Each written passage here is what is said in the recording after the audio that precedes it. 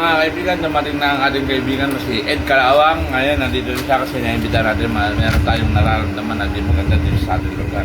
So, abangan natin kung anong magiging vibes ni Ed Calawang sa atin.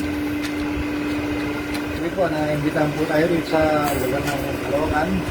Meron daw pong nararamdaman na hindi magandang ano dito. Sabi po, alamin.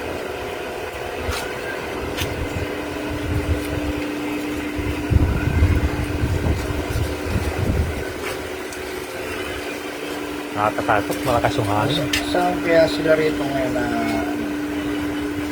may magparamdam po kayo ngayon sa akin na nasa buwan nyo dahil sa lugar ng Caloocan. Hindi na po kayo magparamdam kung nasa buwan yung banda. Dito po sila ngayon sa gawing kanan.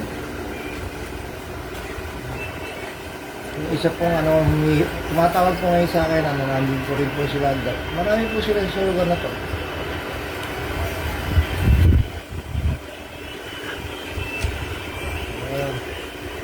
Okay.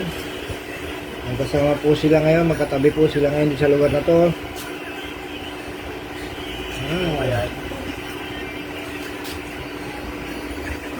Ito yung isa. Hindi na ito po yung isa ngayon. Ito ka pala ngayon ha. Nahuli na kita.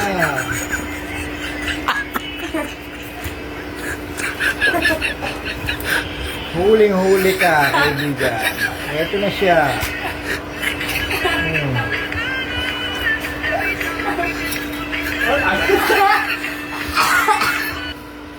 Ito po ngayon yung nahuli nating masamang espiritu. Isasabi natin siya rito.